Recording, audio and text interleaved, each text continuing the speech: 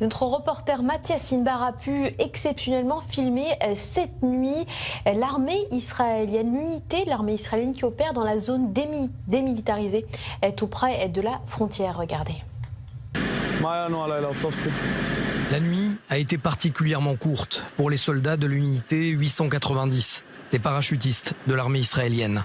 Leur position au nord de la bande de Gaza. L'épais brouillard a accentué le risque de ne pas déceler des engins explosifs déposés à la frontière. Il est alors un peu moins de 6 heures du matin. Nous sommes invités de manière exceptionnelle à filmer le premier convoi de la journée en terrain démilitarisé le long de la barrière de sécurité. Et ce que l'on voit est assez surprenant, des positions du Hamas à moins de 100 mètres. Ces bergers que vous voyez ont le droit d'être là pour les laisser vivre une vie normale. Mais il faut rester vigilant.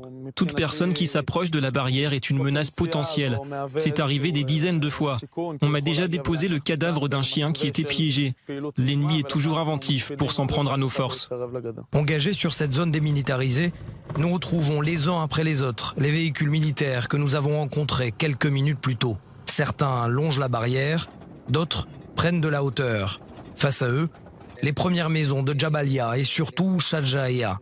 Ici, les combats ont été particulièrement rudes pendant l'opération Bordure Protectrice, une guerre à laquelle avait pris part cet officier.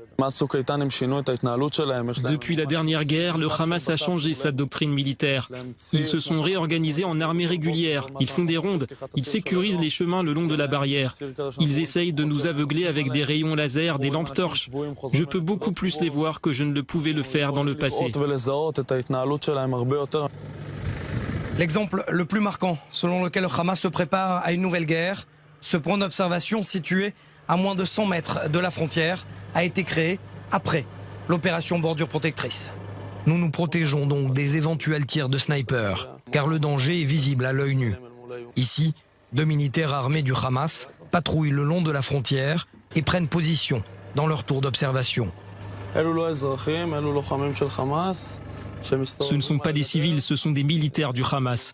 Ils se préparent clairement à la nouvelle guerre, à une nouvelle confrontation. Quant à nous, nous nous tenons prêts sur terre, sous terre, dans les airs et sur mer. Selon le capitaine Or, les soldats israéliens étaient suffisamment entraînés il y a 3 ans. Et ils le sont davantage aujourd'hui. Aidés, il est vrai, par la construction d'un mur censé neutraliser les tunnels offensifs du Hamas.